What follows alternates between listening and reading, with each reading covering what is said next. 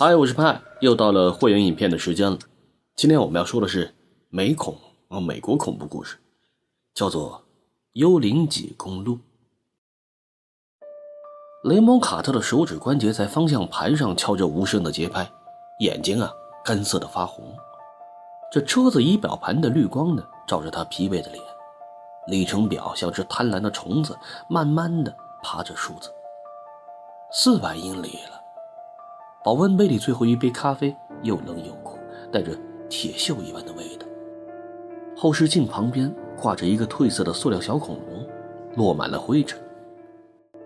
这条公路叫幽灵脊公路，司机们都习惯叫它恶鬼的餐桌。为什么呢？这地方是没有人烟没有信号的，收音机里早已经没有了信号，只剩下呲呲啦啦的杂音。车头灯的光柱刺破了一片黑暗，照亮前方10几码磨损的白线和坑洼的柏油路。车灯之外全都是一片死黑，偶尔对面车道会闪过一道孤零零的车灯，转眼就消失了。车胎压过路面接缝，发出单调的咯噔的声音。卡特猛拍了一下脸颊，声音在驾驶室里很响，但是不够，他还不够清醒。他摇下了一点车窗，湿冷的夜风灌了进来，带着外面原野的味道。他打了一个寒战，他不断地提醒自己，这个地方千万要小心，打起12分的精神。幽灵脊的传说在他脑海里闪过，千万不要停车，尤其是过了那个著名的寡妇湾，车窗都别摇下来，那鬼地方吃人的。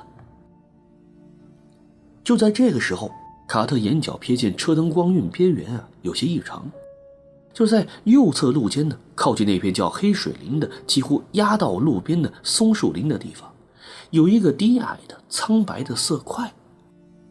那东西太小了，不像是野生动物，是垃圾袋吗？这地方谁会丢垃圾袋？还是自己的错觉呢？卡特用力的闭眼再睁开，那东西还在。这回看清了，那是一个小小的身影人的影子。见鬼！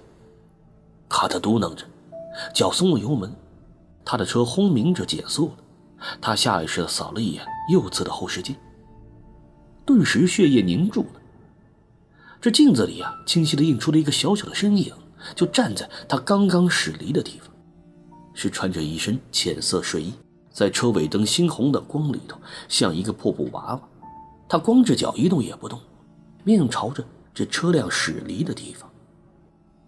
卡特早就听说这地方不正常了，但是他内心的良知，还有可爱的儿子托米送给他挂在后视镜上的那个塑料恐龙玩偶，都戳了他一下。一个那么小的孩子，凌晨3点在黑水林这道路旁边，这万一有个3长2短。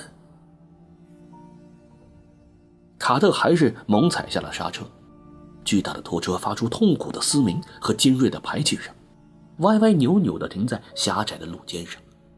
危险警示灯亮起，刺眼的黄光切割着黑暗。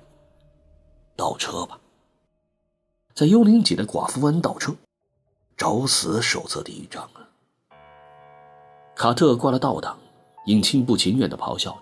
倒车灯在身后泼出了2团病恹恹的红光，轮胎碾过碎石，声音在死寂当中像惊雷一般。他紧张地盯着侧视镜还有后视镜，既要确保拖车没甩出去，又要死死地盯着后视镜里那个越来越近的小白点。终于，驾驶室与那个小孩站的位置平行了。他狠狠地拉上了手刹。这是一个小女孩，5、6岁的样子，穿得洗得发白，印着褪色小花的法兰绒睡裙，边缘还有些磨损。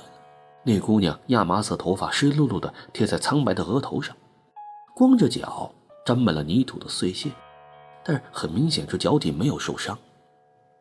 小女孩低着头，看不清她的脸，以梦游般的慢速沿着路肩与黑水林边缘走着，对身旁轰鸣刺眼的钢铁巨兽视若无睹。卡特把车熄火了，整个引擎声都消失了，留下的寂静反而沉重的压耳。蟋蟀、猫头鹰风过林间的呜咽瞬间就放大了。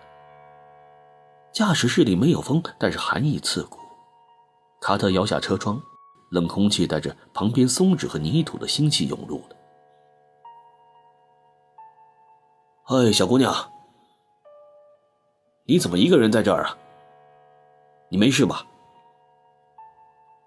那小女孩没有任何的回应，只有光着脚踩在碎石上面发出轻微的沙沙的声音。